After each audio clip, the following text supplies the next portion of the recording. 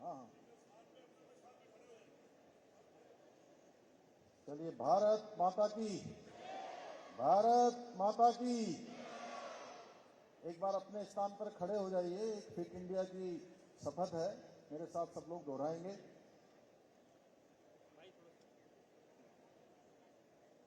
हाथ आगे कर लीजिए। मैं प्रतिज्ञा करता हूं कि मैं एक सक्रिय और स्वस्थ जीवन शैली जीऊंगा। मैं अपने फिटनेस और स्वास्थ्य के लिए हर दिन 30 मिनट का समय निकालूंगा। साथ ही अपने परिवार के सदस्यों और पड़ोसियों को फिट और स्वस्थ रहने के लिए प्रोत्साहित करूंगा।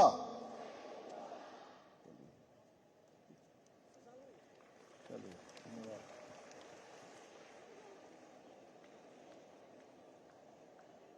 राष्ट्रीय खेल दिवस के अवसर पर हमारे पूरे प्रदेश के अंदर खिलाड़ियों को लगातार प्रोत्साहन करने वाली और उनके उन्नयन और विकास के लिए अनेक अनेक योजनाओं को राज्य के अंदर लागू करवाने में जिनका महत्वपूर्ण योगदान है, हमेशा खिलाड़ियों का प्रोत्साहन करने वाली हमारी खेल मंत्री श्रीमती रेखा आर्य जी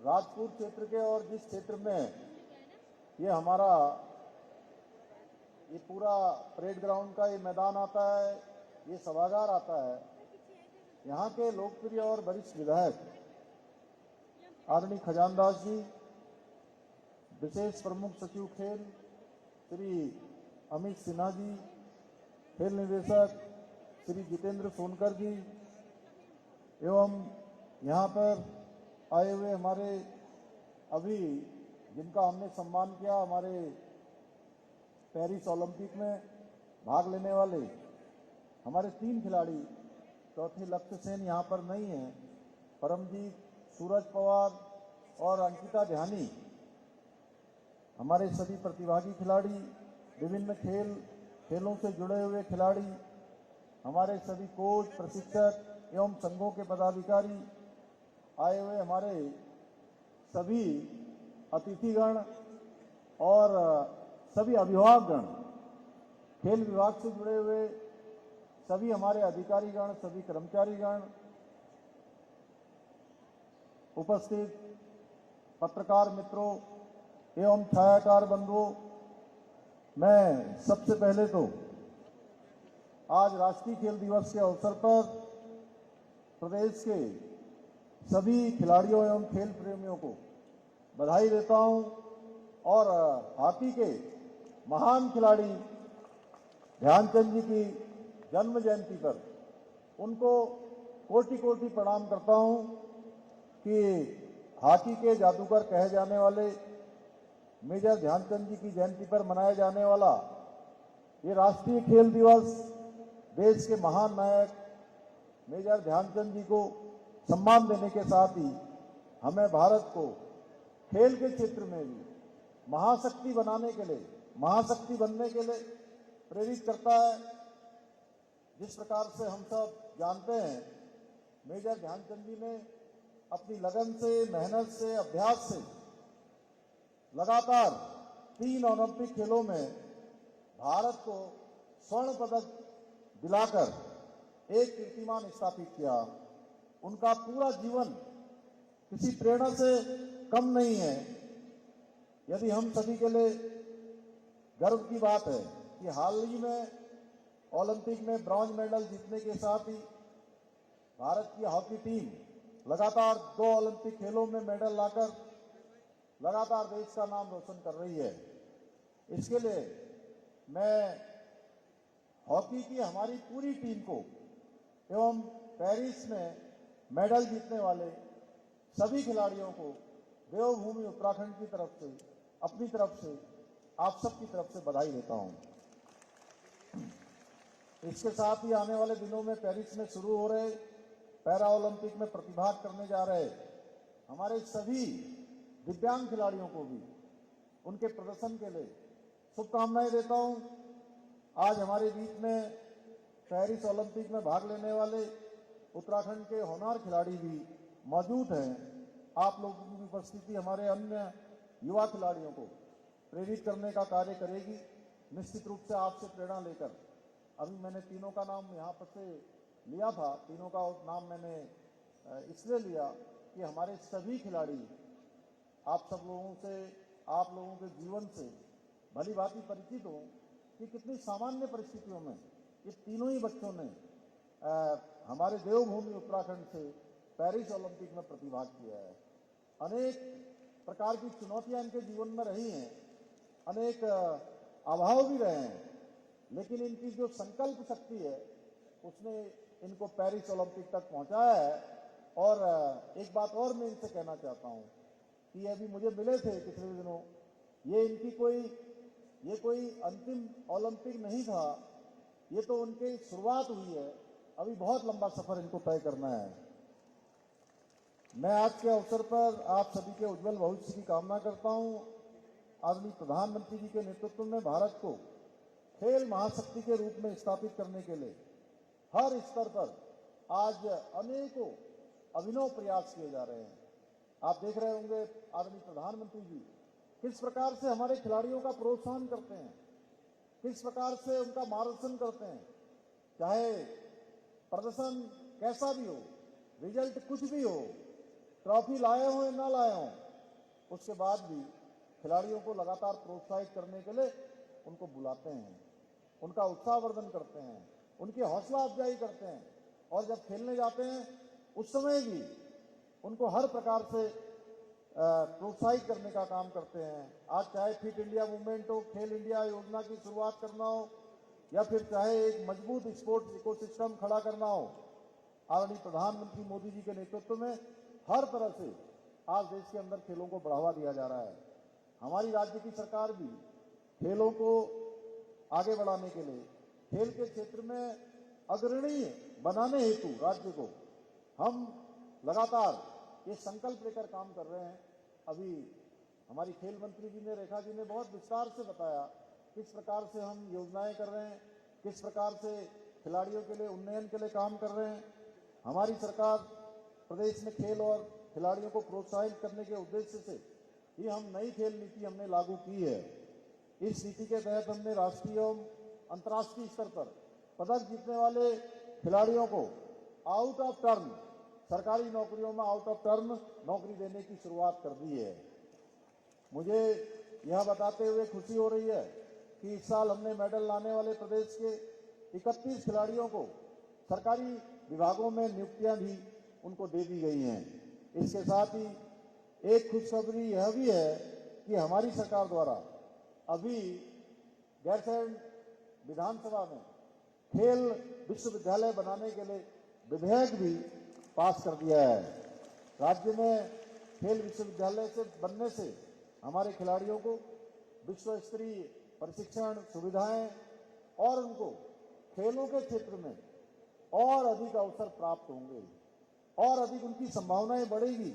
हमारी सरकार मुख्यमंत्री खेल विकास निधि की स्थापना भी की गई है और पूर्व में देय नगद धनराशि में लगभग 100% की वृद्धि की गई है। मुख्यमंत्री खिलाड़ी प्रोत्साहन योजना के तहत 14 से 23 वर्ष तक के खिलाड़ियों को 2000 रुपये प्रतिमाह छात्रवृत्ति और खेल उपकरण हेतु प्रतिवर्ष 10,000 रुपये की राशि प्रदान की जा रही है। साथ ही अभी आपने देखा डीबीटी के माध्यम से 3900 खिलाड़ियों के सीधे बैंक के खातों में 1500 रुपये की धनराशि डीबीटी के माध्यम से हस्तांतरित की गई। इतना ही नहीं, राष्ट्रीय स्तर पर प्रतिभाग करने वाले खिलाड़ियों के लिए खेल किट खरीदने हेतु दी जाने वाली धनराशि 3000 रुपये से बढ़ाकर 5000 रुपये कर दी गई है। इसी प्रकार शिक्षकों के मानदेय में भी लगातार वृद्धि की गई है और दिव्यांग खिलाड़ियों को भी समान अधिकार प्रदान किए गए हैं। सरकार द्वारा उत्कृष्ट खिलाड़ियों को उत्तराखंड खेल रत्न पुरस्कार के साथ ही हिमालय खेल रत्न पुरस्कार भी अब प्रदान किया जा रहा है। खिलाड़ियों की किसी प्रतियोगिता, प्रशिक्षण शिविर या यात्रा के दौरान दुर्घटना होने पर आर्थिक सहायता भी प्रदान की जा रही है।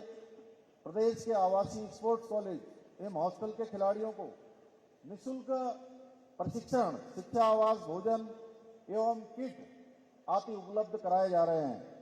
आप सभी को ये जानकर हर्ष होगा, अभी खेल मंत्री जी ने बताया कि राजकीय सेवाओं में सेवा आयोजन हेतु 4% जो खेल कोटा पहले बंद हो गया था, उस खेल कोटे को फिर से लागू कर दिया गया है। इसके साथ ही विश्वविद्यालयों में प्रोफेशनल कोर्सेज में प्रवेश हेतु स्पोर्ट्स कोटे की व्यवस्था हेतु नियमावली भी बनाई जा रही है। प्रदेश के खिलाड़ियों को प्रोत्साहित करने के साथ ही हम राज्य में स्पोर्ट्स का इंफ्रास्ट्रक्चर भी और मजबूत करने पर काम कर रहे हैं। चाहे नए स्टेडियम्स का निर्माण करना हो या जो हमारे मौजूदा स्टेडियम हैं उनको राष्ट्रीय स्तर के मैदान के रूप में विकसित करना हो या फिर खेल मैदानों में सुविधाओं का विस्तार करना हो, हम हर वो प्रयास कर रहे हैं जिससे हमारे प्रदेश में इन स्पोर्ट्स इंफ्रास्ट्रक्चर का विकास हो सके, खेल की सुविधाएं और हमारी विस्तार रूप ले सकें। यह हमारे लिए हर्ष का विषय है कि हमारे प्रदेश को आगामी राष्ट्रीय खेलों की मेजबानी करने का एक शुभ अवसर प्राप्त हो रहा है। यह हमारे लिए जहां एक बड़ी चुनौती है, वहीं हमारे राज्य के लिए एक बहुत बड़ा अवसर भी है। इस आयोजन को ध्यान में रखते हुए प्रदेश में जितनी भी आवश्यकता सुविधाएं हैं, उन सुविधाओं का निर्माण किया जा रहा है। खिलाड़ियों हेतु खेल प्रतियोगिताएं एवं प्रशिक्षण शिविरों का आयोजन किया जा रहा है।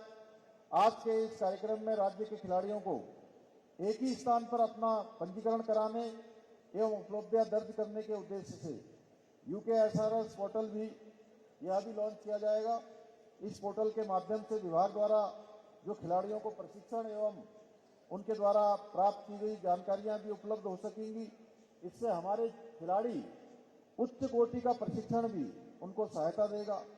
इसके साथ ही आज खेल दिवस के अवसर पर खिलाड़ियों को उच्च स्तर का प्रशिक्षण और प्रवेश प्रदान करने के उद्देश्य से कुछ घोषणाएं भी मैं करना चाहता हूं।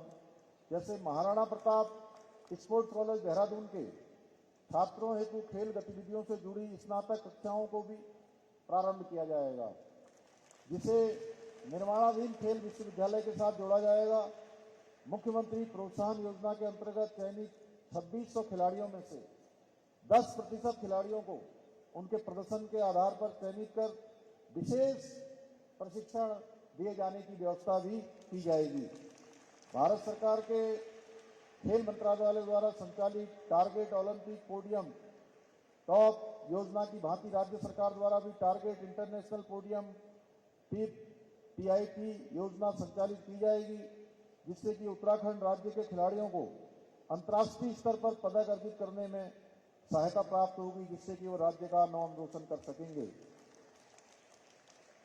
आज चूंकि जहां खिलाड़ियों की बात हो रही है, वहीं नौजवान युवाओं का, हमारे प्रतिभागी जो विभिन्न परीक्षाओं में भाग लेते हैं, मुझे आपको बताते हुए प्रसन्नता हो रही कि खेल के साथ साथ प्रतियोगी परीक्षाओं हेतु जो कल का दिन था बहुत ही महत्वपूर्ण था। कल उत्तराखंड राज्य के इतिहास में प्रथम बार PCS परीक्षा का अंतिम परिणाम एवं PCS परीक्षा 2024 की प्रारंभिक परीक्षा का परिणाम भी आ गया है।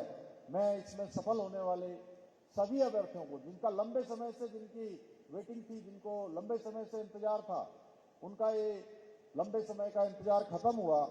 मैं उन सभी को जो भी इसमें सफल हुए हैं, उन सभी अभ्यर्थियों को मैं बधाई देता हूं, शुभकामनाएं देता हूं। और अंत में मैं प्रदेश के सभी खिलाड़ियों से यह अपील करना चाहूंगा कि आप सब बहुत जमकर मेहनत करें और आगामी इंटरनेशनल और नेशनल गेम्स में अधिक से अधिक पदक प्राप्त कर उत्तराखंड का और भारत का नाम रोशन करें। आज के इस अवसर पर विभिन्न खेलों में बेहतर प्रदर्शन करने वाले जिन खिलाड़ियों को और जिन प्रशिक्षकों को सम्मानित किया गया है, मैं उन्हें भी बधाई देता हूं और आशा करता हूं कि यह सम्मान आपको तथा अन्य साथी खिलाड़ियों को और अधिक मेहनत करने के साथ खेलने के लिए प्रेरित करेगा। और जो हमारा विकल्प रहित संकल्प है, खेलेगा उत्तराखंड और जीतेगा उत्तराखंड, जो रेखा जी आपसे शुरुआत में उद्घोष करवा रही थी, उस उद्घोष को सार्थक करेगा। और जो हमारा विकल्प रहित संकल्प है हर क्षेत्र में कि उत्तराखंड हिंदुस्तान का श्रेष्ठ राज्य बनेगा, और हमारे प्रधानमंत्री जी ने बाबा केदार की भूमि से, उनके मुख से ये शब्द निकले थे कि 21वीं सदी का तीसरा दशक उत्तराखंड का दशक होगा। भाइयों बहनों, हम सबको खेल के क्षेत्र में भी उत्तराखंड को सर्वश्रेष्ठ स्थान पर ले जाना है। देश और दुनिया में हमारे उत्तराखंड का नाम बढ़ाने का काम हमारे सभी खिलाड़ी करेंगे।